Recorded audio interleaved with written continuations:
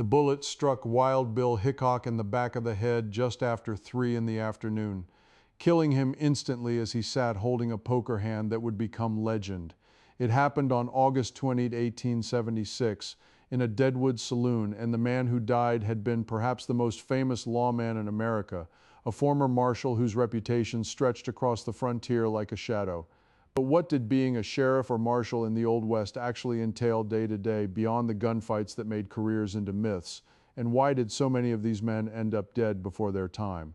The reality of frontier law enforcement bore little resemblance to the cleaned-up versions that would later fill dime novels and Hollywood screens. When James Butler Hickok pinned on a badge in Hays City, Kansas in 1869, he inherited not a structured police department, but a legal fiction stretched over chaos.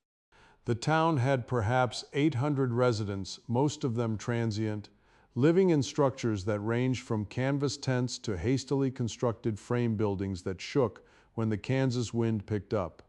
Hickok's jurisdiction theoretically covered the town limits, but those boundaries were themselves contested, shifting, sometimes just verbal agreements that meant nothing when a drunk cowboy fired shots into the air at 2 in the morning. The county sheriff, if there was one, might be 20 miles away.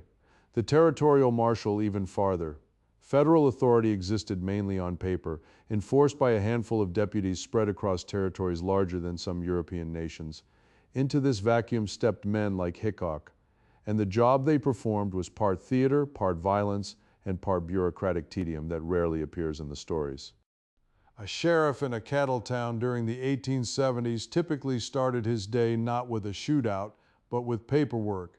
Abilene, Kansas, where Hickok served as marshal in 1871, required its lawman to submit regular reports to the town council, the body of businessmen who had hired him and could fire him just as quickly if cattle revenues dropped or if he killed the wrong person.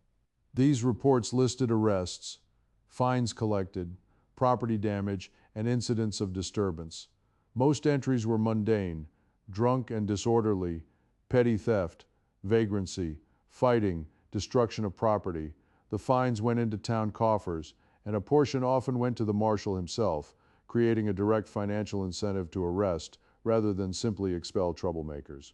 This arrangement meant that law enforcement was tangled up with municipal revenue from the start, a system that rewarded aggressive policing but also made the lawman vulnerable to political pressure from the merchants and saloon owners who paid his salary. If you're drawn to the gap between Western mythology and the documented reality of how power actually worked on the frontier, subscribe now, because we're digging into records that complicate the simple stories, and there's much more the sources reveal. The cattle trade shaped the rhythm of a sheriff's year in ways that determined everything from staffing to survival. Towns like Dodge City, Wichita, and Abilene swelled during the droving season, roughly April through September, when enormous herds arrived from Texas after months on trails like the Chisholm or the Western. The cowboys who accompanied these herds had been weeks without liquor, women, or much beyond beans and coffee. When they hit town with months of pay, the violence that followed was predictable and to a certain extent expected. Town councils hired marshals and deputies specifically to manage this seasonal explosion. Dodge City in 1878 employed Bat Masterson as county sheriff and Charlie Bassett as city marshal, along with deputies like Wyatt Earp, whose job was less to prevent vice than to contain it within designated zones. The saloons, brothels, and gambling halls south of the railroad tracks in Dodge were legal or semi-legal revenue generators north of the tracks where respectable families lived. The same behavior would get you arrested. A sheriff spent his nights patrolling these boundaries, enforcing not morality but geography. The weapons a lawman carried were fewer and less romantic than later portrayals suggest. Hickok famously carried 2 Colt Navy revolvers in a red sash, but this was unusual, part of his cultivated image as a gunfighter. Most sheriffs carried a single sidearm, often a Colt Peacemaker or a similar single-action revolver, with perhaps a shotgun kept in the office or on a horse. Ammunition was expensive, and practice was limited. The notion that frontier lawmen were expert marksmen is largely myth. When shooting did occur, it was often at close range, in poor light, with both parties drunk or terrified or both. Hickok's killing of Davis Tutt in Springfield, Missouri in 1865, a rare actual face-to-face quick-draw duel, was extraordinary precisely because such encounters were so uncommon. Far more typical was the shooting in Hayes City in 1870 when Hickok killed a soldier named Lonergan during a chaotic brawl involving multiple men in a saloon. The confrontation was sudden, confused, and over in seconds. Witnesses gave conflicting accounts. Hickok claimed self-defense. No one was entirely sure what had happened, and Hickok left town shortly after. The legal authority a sheriff wielded was often ambiguous, depended on overlapping and contradictory jurisdictions. A town marshal was hired by the municipal government and enforced town ordinances. A county sheriff was elected and enforced state or territorial law across a much larger area. A U.S. marshal, appointed by the federal government, handled federal crimes and could deputize locals as needed. In practice, these roles blurred. A sheriff might chase a suspect across county lines without clear authority. A marshal might ignore a murder if it happened outside town limits. The absence of robust communication meant that criminals could simply move to the next town and reinvent themselves. There were no fingerprint databases, no photographs circulated widely, and written descriptions were vague. A man wanted for murder in Kansas might be unknown just 100 miles away in Colorado. Lawmen sometimes relied on informants, paid bounties, or simply personal recognition, which incentivized a kind of frontier celebrity. Being known, having a reputation, became a tool of enforcement. Hickok's fame meant that his presence alone could deter trouble, but it also made him a target for anyone looking to build their own reputation by killing him. The economics of the position were precarious and varied wildly. Dodge City paid its marshal around $250 a month during peak season in the late 1870s, a substantial wage when a cowboy might make $30 a month. But many smaller towns paid far less, sometimes only $50 or $75, supplemented by fees for serving warrants, collecting taxes, or guarding prisoners. Some sheriffs were also expected to act as tax assessors, coroners, or even dog catchers. The job security was non-existent. Marshals served at the pleasure of the town council and could be dismissed immediately if they became a political liability. Elections for county sheriff were often contentious, driven by factional politics, ethnic rivalry, or economic interests. In Lincoln County, New Mexico in 1878, the conflict that became known as the Lincoln County War was fundamentally a struggle between competing merchant factions, each with their own sheriffs or deputies. Pat Garrett, who later killed Billy the Kid, was elected sheriff in 1880 precisely because the previous holder of that office had been entangled in the violence and corruption that had torn the county apart. The badge did not confer legitimacy automatically. Legitimacy was something constantly negotiated and contested. Daily routine involved tasks that were tedious, unpleasant, and sometimes dangerous in unexpected ways. A sheriff was responsible for the local jail, often a small, filthy structure with poor ventilation and no plumbing. Prisoners had to be fed, and the sheriff either arranged this himself or contracted with a local boarding house. Skimming a portion of the allocated funds as additional income, escapes were common because construction was shoddy and security minimal. In some towns, prisoners were simply chained to a post or a heavy object. A sheriff also served court documents, which required riding long distances across open country to deliver subpoenas or eviction notices to people who might respond with a rifle. Tax collection was similarly hazardous, particularly during economic downturns when homesteaders were land rich and cash poor. These duties were unglamorous but essential, and they brought the lawman into direct, often hostile contact with the very people who had elected him or whose support he needed. Violence, when it came, was rarely the choreographed showdown of legend. It was abrupt, intimate, and frequently involved alcohol. On the night of October 5, 1871, Hickok was involved in a shooting in Abilene that illustrated the chaos and ambiguity inherent in frontier gunfights. After confronting a group of troublemakers, Hickok fired his pistol, killing a gambler named Phil Coe. In the confusion and dim light, Hickok then shot and killed his own deputy, Mike Williams, who had rushed to help. The death of Williams, a friend and ally, devastated Hickok and contributed to his leaving law enforcement shortly thereafter. The incident also revealed how quickly a lawman could transition from enforcer to killer of innocents, how narrow the margin for error was, and how little the legal system could do to parse such events in any meaningful way. Hickok was not charged, but the town council did not renew his contract. His career as a lawman effectively ended that night, not in glory, but in tragic accident and quiet dismissal. The social consequences of this style of law enforcement rippled outward in ways that shaped Western communities for generations. Towns that relied on seasonal cattle revenue developed infrastructures of vice that became entrenched, creating political machines built on the regulation and taxation of gambling, prostitution, and alcohol. The lawmen who managed these systems were not moral crusaders, but municipal employees tasked with maximizing revenue while minimizing disorder. This pragmatic approach meant that certain populations, cowboys, drifters, indigenous people, Chinese immigrants, African Americans, were policed heavily, while others, particularly wealthy merchants or landowners, enjoyed relative immunity. The unequal application of law fostered resentment and reinforced social hierarchies that persisted long after the cattle drives ended. Former sheriffs often transitioned into politics, carrying with them the networks and methods they had developed while wearing a badge.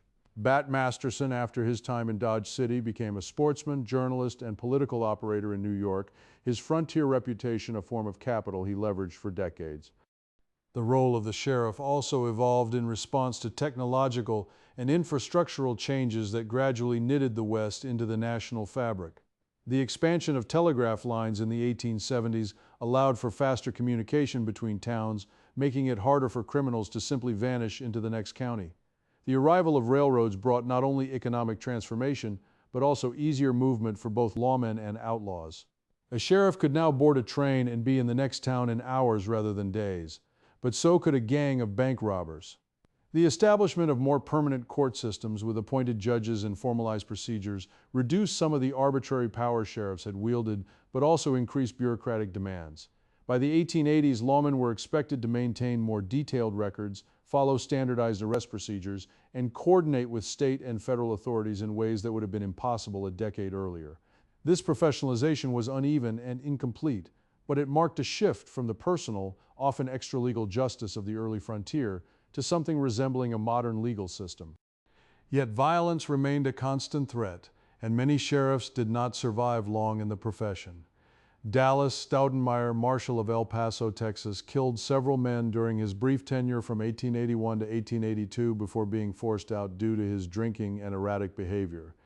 He was killed in a gunfight a year later. Ed Masterson, Bat's brother, was shot and killed while serving as Marshal of Dodge City in 1878, dying in the street after confronting a group of armed cowboys. The mortality rate among frontier lawmen was significantly higher than that of almost any other civilian occupation, with the exception of perhaps mining. The reasons were structural. These men were tasked with enforcing unpopular laws on armed, often desperate people in environments where legal authority was weak and social norms around violence were permissive. They operated without backup, without body armor, without reliable medical care. A gut shot in Dodge City in 1878 was almost certainly fatal, and the nearest competent surgeon might be hundreds of miles away. The risks were immense, and the rewards, while sometimes substantial in the short term, rarely justified the dangers over a lifetime. The mythology that grew up around these men began even during their lifetimes, driven by the dime novels and newspaper accounts that circulated throughout the country. Hickok was featured in Harper's New Monthly magazine in 1867 in an article that exaggerated his exploits and cemented his image as a fearless gunfighter. He later participated in stage shows and Wild West exhibitions, performing a version of himself for audiences in eastern cities. This feedback loop between reality and representation meant that the men who wore badges were often playing roles, conscious of their reputations and the economic opportunities those reputations might provide. The violence they committed was real, but it was also spectacle, a performance that served multiple audiences. The townspeople who wanted order, the business owners who wanted profit, the Eastern readers who wanted adventure, and the lawmen themselves who wanted immortality. The line between enforcer and entertainer was never clear. The decline of the cattle trade in the 1880s, driven by overgrazing, harsh winters, and the expansion of barbed wire fencing, fundamentally altered the economics that had sustained towns like Dodge City and Abilene. As the seasonal influx of cowboys diminished, so did the need for heavily armed marshals to manage them. Towns either contracted or diversified, and the swaggering gunfighter lawman became an anachronism. Many former sheriffs drifted into other lines of work. Some became ranchers, others saloon owners, a few turned to outlawry themselves. Wyatt Earp, after his time in Tombstone, Arizona, where the famous gunfight at the OK Corral occurred in 1881, spent the rest of his life moving between mining camps, gambling halls, and ultimately Los Angeles, where he worked as a consultant for early Western films, helping to shape the very myths that would define his legacy. The transition from lawman to mythmaker was seamless because the two roles had always been intertwined.